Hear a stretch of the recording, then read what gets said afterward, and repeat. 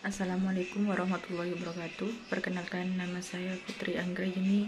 Saya dari D3 Keperawatan Universitas Jember Kampus Lumajang. Saya di sini akan menerangkan sedikit tentang sistem muskuloskeletal. Yang pertama,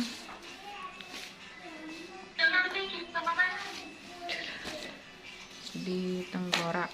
Tengkorak ini berfungsi sebagai pembentukan wajah dan melindungi otak dari cedera.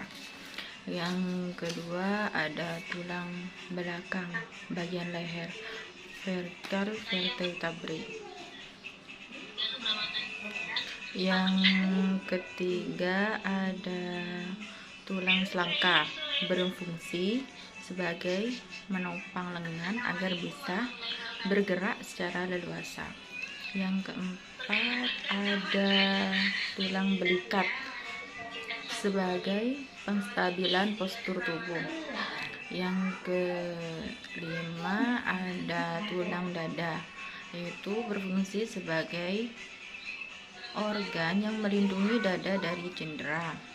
Yang keenam, ada tulang rusuk, hips, untuk melindungi organ vital yang ada di dada, yakni jantung dan paru-paru. Terus ada tulang lengan atas, yaitu sebagai tempat melekatnya banyak otot penting yang ada di bagian lengan. Setelah itu ada tulang belakang, yaitu untuk memberikan struktur dan menyongsongkan tubuh. Yang selanjutnya ada tulang pengupil. Terus yaitu untuk membentuk lengan bawah sebagai alat gerak, meluruskan serta menghubungkan lengan atas dengan pergelangan tangan. Yang selanjutnya ada tulang kelangkang, yaitu sebagai penanggung berat badan bagian atas ketika kita duduk atau berdiri. Selanjutnya ada tulang hasta sebagai alat gerak sekaligus untuk menghubungkan lengan atas dengan pergelangan tangan. Selanjutnya ada kokis, yaitu untuk mendukung dan menjaga kestabilan seseorang dalam posisi duduk. Seterusnya ada tulang pergelangan tangan sebagai penghubung antara tulang tangan dengan tulang lengan bawah. Selanjutnya ada tulang telapak tangan, yaitu berfungsi sebagai memberikan songkongan dan fleksibilitas pada jaringan lunak atau otot tangan. Yang selanjutnya ada tulang jari tangan, itu sebagai berfungsi untuk menggerakkan jari jemari. Selanjutnya ada tulang hasta. Selanjutnya ada tulang paha, yaitu sebagai penyangga tubuh.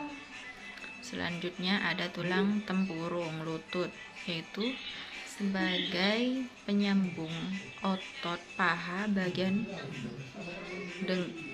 depan dengan tulang kering. Selanjutnya ada tulang betis, yaitu berfungsi untuk membantu manusia untuk dapat bergerak sesuai dengan keinginan dan kebutuhannya. Selanjutnya ada tulang kering, yaitu sebagai penyambung antara lutut dan pergelangan kaki. Terus selanjutnya ada tulang pergelangan kaki, yaitu untuk menjaga kestabilan tungkai bawah tubuh. Selanjutnya ada tulang telapak kaki, yaitu berfungsi sebagai pergerakan aktivitas manusia. Selanjutnya ada tulang jari kaki yang berfungsi sebagai penyangga keseimbangan di saat bergerak. Selanjutnya persendian, yaitu Untuk pertama sendi mati atau sinartrasis. Yang kedua ada sendi putar yang berfungsi untuk memudahkan kita bergerak memutar ke segala arah.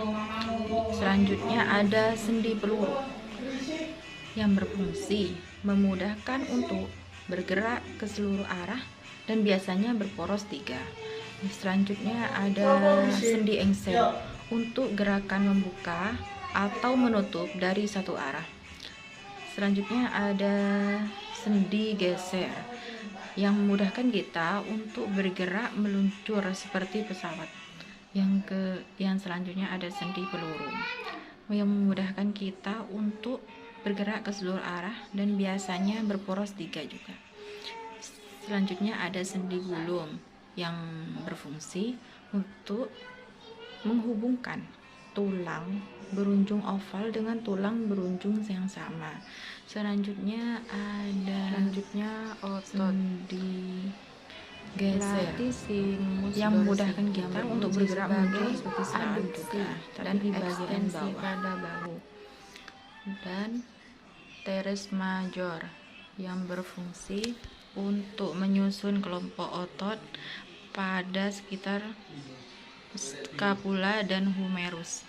Selanjutnya ada trapezius yang menyusun struktur leher, bahu, dan punggung manusia.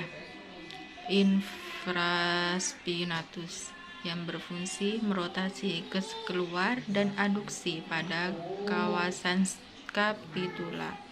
Yang kedua ada teres minor untuk mendulasi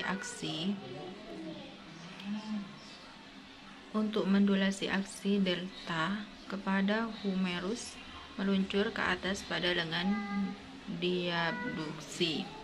Selanjutnya ada triceps dorsi menahan beban lengan bahu pada ekstensi sendi siku. Yang keduanya ada erector spina membantu tubuh mempertahankan posisi tegak saat sedang berdiri maupun duduk. Yang kedua ada obligas extremus abdominis untuk rotasi toraknya ke arah berlawanan. Selanjutnya gluteus medius yang berperan penting dalam pergerakan pinggul. Selanjutnya ada vastus medialis. Otot ini berfungsi sebagai pemelurusan lutut. Selanjutnya ada gastrocnemius yang berfungsi untuk melenturkan kaki di sendi yang dianut dengan pergelangan kaki. Selanjutnya ada soleus sebagai plantar flexor yang kuat pada sendi pergelangan kaki. Selanjutnya ada rhomboideus berfungsi sebagai penerapan tulang belikat ke arah belakang.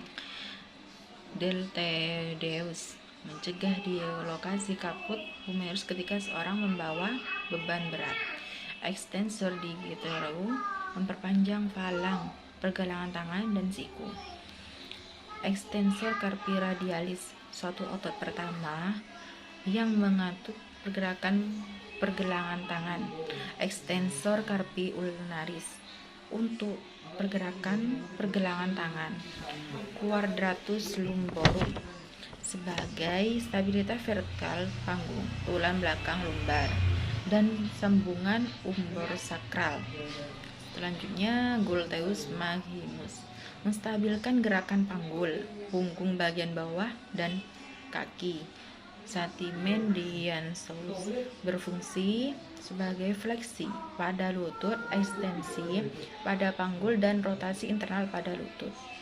Selanjutnya biceps femoris untuk mengurangi pemanjangan kaki dan paha di sendi bagian pinggul.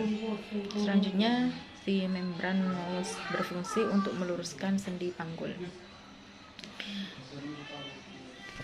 Selanjutnya adductor magnus yang berfungsi untuk menjaga kestabilan panggul, dan merapatkan tungkai ke arah tangan garis tubuh atau aduksi. Sekarang otot bagian depan. Yang pertama anteroideus masstoideus yang berperan sebagai pelenturan pada leher. Yang kedua deltoideus yang berfungsi mencegah dislokasi kaput humerus ketika seorang membawa beban berat. Yang ketiga rectus abdominis yang berfungsi mengatur dan menyangga postur dan bentuk tubuh. Yang keempat brachioradialis yang berfungsi sebagai pelenturkan lengan bawah pada siku. Yang kelima flexor carpi radialis yang berfungsi sebagai fleksi di pergelangan tangan. Yang keenam flamaris longus yang sebagai pencangkokan tendon untuk pergelangan tangan. Yang ke tensor faciolateral yang membantu menstabilkan lutut yang ditensikan. Yang H gracilis sebagai fleksi pada lutut, rotasi internal pada lutut, dan adiksi pada panggul.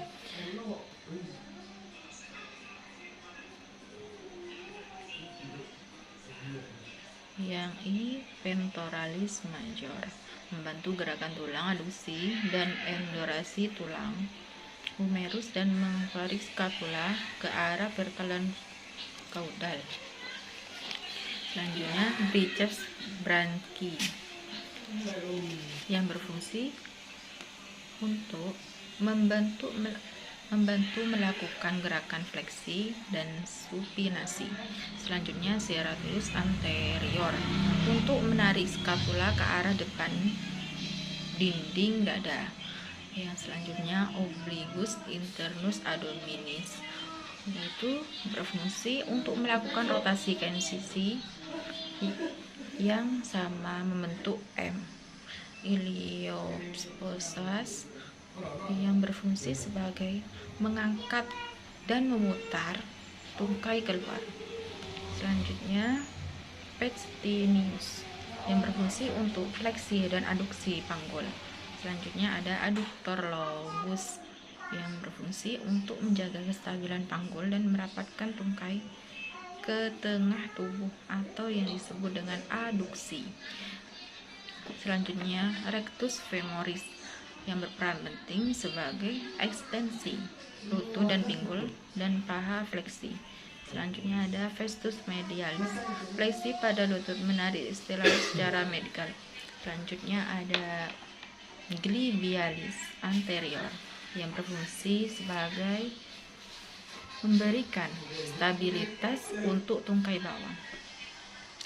Selanjutnya ada sartorius yang berfungsi sebagai fleksi panggul, rotasi eksternal pinggul, dan fleksi lutut. Selanjutnya ada vastus latalis yang berfungsi sebagai pelurusan pada lutut. Selanjutnya ada yang terakhir ada extensor digitorum locus yang berfungsi untuk memperpanjangkan falang, pergerakan tangan, dan siku. Selanjutnya tendon. Tendon di sini berfungsi sebagai penghubungan otot dengan tulang atau organ lainnya agar bisa bergerak lebih baik. Bagian-bagiannya ada intervascular tenosis, ada endotendon, ada fibril, ada fibril, dan ada tropokalagen, dan ada crimping, creep waterform, dan tenocyte, dan fascici. Selanjutnya bursa. Bursa di sini yaitu suatu kantung cairan atau synovial yang berfungsi sebagai bantalan di antara tulang dan tendon. Terus di sini ada membran cairan sendi yang berfungsi untuk melapisi sendi sehingga sendi tidak akan kaku namun mudah untuk digerakkan. Terus ada cairan sendi yang berfungsi sebagai pelumasi sendi-sendi tubuh sehingga mudah bergerak. Selanjutnya ada kapsul sendi yang berfungsi untuk menghubungkan ujung tulang untuk menstabilkan sendi. Selanjutnya ada kartilage yang berfungsi sebagai penutup ujung tulang sendi. Selanjutnya di sini ada otot yang berfungsi untuk melakukan gerakan pada anggota tubuh. Selanjutnya ligamen. Ligamen di sini ada terbagi jadi lateral collagen ligament atau yang disebut dengan LCL yang berfungsi sebagai stabilitas pada persendian ketika lutut didorong keluar. Selanjutnya ada medial collateral ligament atau yang biasa disebut dengan MCL yang berfungsi sebagai penjaga tulang kering agar tetap stabil. Selanjutnya ada anterior cruciate ligament atau yang disebut dengan ACL yang berfungsi untuk mencegah pergeseran berlebih tulang kering di depan tulang paha dan menjaga stabilitas rotasional lutut. Selanjutnya ada posterior cruciate ligament yang biasanya disebut dengan PCL yang berfungsi sebagai pencegahan tibia bergerak terlalu banyak dan menggelincir ke belakang femur. Selanjutnya kartilago. Kartilago di sini ada tulang rawan sendi yang berfungsi untuk menutupi permukaan sendi. Ada tulang keras yang berfungsi untuk menyusun sistem langkah. Di sini ada gambaran tulang rawan yang sedang tumbuh, ada gambaran tulang keras yang sedang tumbuh. Terus di situ ada yang gambar kedua itu ada pusat baru bagi tulang yang sedang tumbuh berkembang. Terus ada pembentukan sumsum kuning tulang, ada pembuluh darah. Terus gambar selanjutnya ada tulang rawan, tulang keras, dan tulang rawan lambat daun mengeras menjadi tulang sejati. Baik, sekian dari saya. Wassalamualaikum warahmatullahi wabarakatuh.